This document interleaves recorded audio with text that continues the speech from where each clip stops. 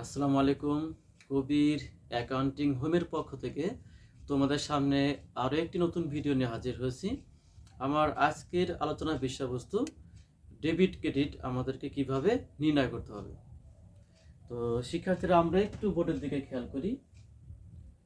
যে আজকে আমরা শুধুমাত্র বাকিতে ক্রয়, বাকিতে বিক্রয় এবং এই ক্রয়কৃত পণ্য ফেরত প্রদান এবং এই বাকিতে বিক্রয়কৃত পণ্য ফেরত আসা, অর্থাৎ শুধুমাত্র এইটাকে কেন্দ্র করেই আজকে আমরা ডেবিট ক্রেডিট আলোচনা করব।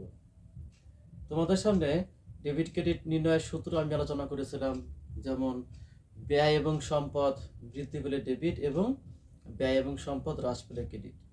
অপরদিকে আয় দায় মালিকানা সত্ত্ব হ্রাস পেলে ডেবিট এবং আয় দায় মালিকানা সত্ত্ব বৃদ্ধি পেলে ক্রেডিট। আমি আরও একটি সূত্র আলোচনা করেছিলাম, সেটা সহজে যেন আমরা ডেবিট ক্রেডিটটা বের করতে পারি তার জন্য।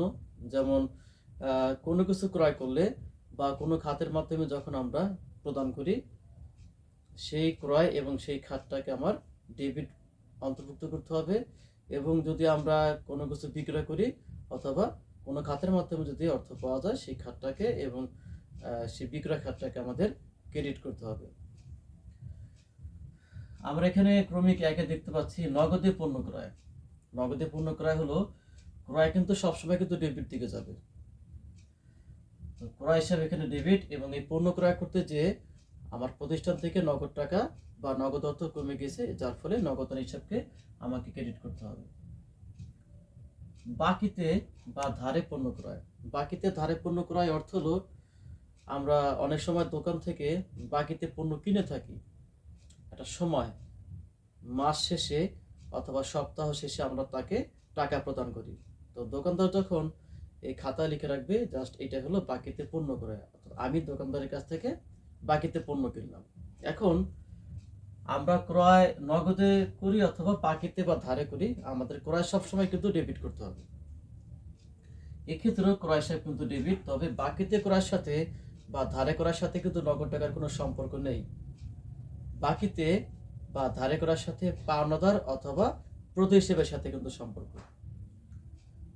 এর জন্য এখানে ক্রয় হিসাব ডেবিট আর প্রদ হিসাব অথবা পাওনাদার হিসাব কিন্তু এখানে ক্রেডিট। যেটা পাওনাদার সেটাকে বলা হয় কিন্তু প্রদ হিসাব। দুইটা কথার মানে কিন্তু একই। এখন আমার কিন্তু এই বাকিতে বা ধারে করার ফলে কিন্তু প্রতিষ্ঠান থেকে নগদ টাকা কিন্তু হ্রাস পায় নাই, অর্থাৎ আমি যার কাছ থেকে এই বাকিতে পণ্যটা কিনেছি তাকেই বলা হয় পাওনাদার। আমাদের দৃষ্টিকোণ থেকে এই ব্যক্তি বা এই প্রতিষ্ঠান এখন আমাদের কাছে টাকাটি পাবে, যার ফলে বাকিতে পণ্য ক্রয় করলে যেরকম একদিকে ব্যয়টা বৃদ্ধি পাবে, আর এই প্রতিষ্ঠান বা এই ব্যক্তি আমাদের কাছে টাকা পাওয়ার কারণে আমাদের দৃষ্টিকোণ থেকে আমাদের কিন্তু দায়টা কিন্তু বৃদ্ধি পাবে।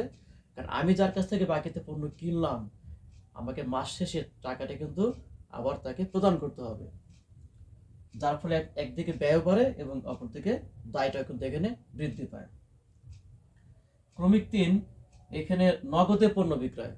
আমরা একটু আগে বললাম, কোনো কিছু বিক্রয় করলে বা কোনো খাতের মাধ্যমে যদি অর্থ পাওয়া যায়, সেই বিক্রয় খাতটি অথবা যে খাতের মাধ্যমে অর্থটি পাওয়া যাবে সেটা কিন্তু আমাকে ক্রেডিট দিকে অন্তর্ভুক্ত করতে হবে, যার ফলে বিক্রয় এখানে ক্রেডিট দিকে যাবে। আর বিক্রয়ের ফলে প্রতিষ্ঠানে নগদ টাকার আগমন ঘটে, অর্থাৎ প্রতিষ্ঠানে একদিকে নগদ টাকা বৃদ্ধি পায় এবং অপরদিকে বিক্রয় বাবদ এখানে আয় কিন্তু বৃদ্ধি পায়, যার ফলে নগদান হিসাব ডেবিট এবং বিক্রয় হিসাব ক্রেডিট। ক্রমিক 4, বাকিতে বা ধারে পণ্য বিক্রয়। আমরা যদি বাকিতে বা ধারে পণ্য ক্রয় করতে পারি, তাহলে বাকিতে অথবা ধারে কিন্তু আমরা পণ্য কিন্তু বিক্রয় করতে পারি। এখন বাকিতে বা ধারে পণ্য বিক্রয়ের সাথে সম্পর্ক দেনাদারের। বাকিতে বা ধারে পণ্য বিক্রয়ের সাথে সম্পর্ক দেনাদারের। এখন দেনাদারের অপর নাম হলো প্রাপ্য হিসাব। একদিকে দেনাদারও বৃদ্ধি পাবে এবং অপরদিকে আবার বিক্রয় কিন্তু বৃদ্ধি পাবে। এখন আমরা যার কাছে বাকিতে পণ্য বিক্রি করলাম, এবার কিন্তু আমরা তার কাছে টাকাটি পাবো, অর্থাৎ এই যে দেনাদার বা প্রাপ্য হিসাব আমাদের প্রতিষ্ঠান এবার তার কাছে টাকাটি পাবে। তো বিক্রয় কিন্তু সবসময় ক্রেডিট দিকে যাবে, যার ফলে বিক্রয় হিসাব এখানে ক্রেডিট, আর প্রাপ্য হিসাব অথবা দেনাদার হিসাব কিন্তু এখানে ডেবিট। এই প্রাপ্য হিসাব আর দেনাদার হিসাব আমরা তাদের কাছে টাকাটি পাবো, যার ফলে এটা সম্পদ বৃদ্ধি পাচ্ছে প্রতিষ্ঠানে। আর বিক্রয় সবসময় আয় ধরতে হবে, বিক্রয় নগদে হোক অথবা বিক্রয়টি বাকিতে হোক, আমাকে সবসময় বিক্রয়কে আয় ধরতে হবে, যার ফলে বিক্রয় বাবদ এখানে আমার আয়টা কিন্তু বৃদ্ধি পাচ্ছে। ক্রমিক 5-এ পণ্য ফেরত প্রদান অথবা ক্রয়কৃত পণ্য ফেরত দেওয়া হলো। শিক্ষার্থীরা, আমরা যে পণ্য ক্রয় করলাম সেই ক্রয়কৃত পণ্য আমরা কোনো সমস্যার কারণে, পণ্যের মেয়াদ না থাকতে পারে, পণ্য ত্রুটিপূর্ণ থাকতে পারে, বা আরো নানা সমস্যার কারণে আমরা কিন্তু পণ্যটি ফেরত দিতে পারি। এই পণ্য ফেরত প্রদান আমাদের নগদে ক্রয়কৃত পণ্য আমরা ফেরত দিতে পারি, অথবা বাকিতে পণ্য ক্রয়কৃত সেটা আমরা ফেরত দিতে পারি। তবে নবম দশম শ্রেণীতে যদি পণ্য ফেরত প্রদান করা হয়, তবে আমাদেরকে ধরে নিতে হবে যে ওই পণ্য আমরা পূর্বে বাকিতে ক্রয় করেছিলাম। এখন সেই বাকিতে ক্রয়কৃত পণ্যের একটি অংশ আমরা তাকে ফেরত দেব, যার কাছ থেকে পণ্যটি ক্রয় করেছিলাম। তো খেয়াল করো, বাকিতে ক্রয় যদি জাবেদা আমরা মনে রাখতে পারি বা ডেবিট ক্রেডিট যদি মনে রাখতে পারি, তাহলে ফেরত দেওয়া হলো এইটা আমাদের পক্ষে মনে রাখাটা অত্যন্ত সহজ। বাকিতে ক্রয়ের ডেবিট ক্রেডিটটা কি হবে?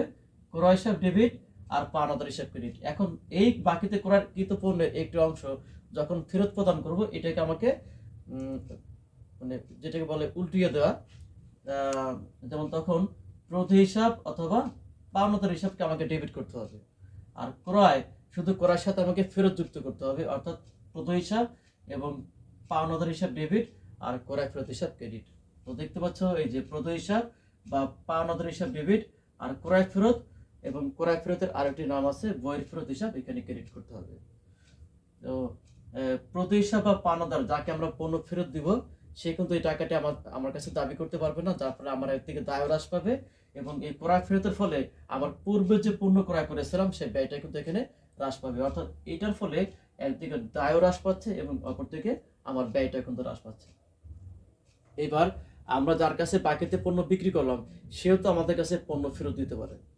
আমাদের যদি বাকিতে পণ্য বিক্রয়ের ডেবিট ক্রেডিট মনে থাকে, যেমন প্রাপ্য হিসাব অথবা দেনাদার হিসাব ডেবিট আর বিক্রয় হিসাব ক্রেডিট, এটাকে আমাকে উল্টিয়ে দিতে হবে।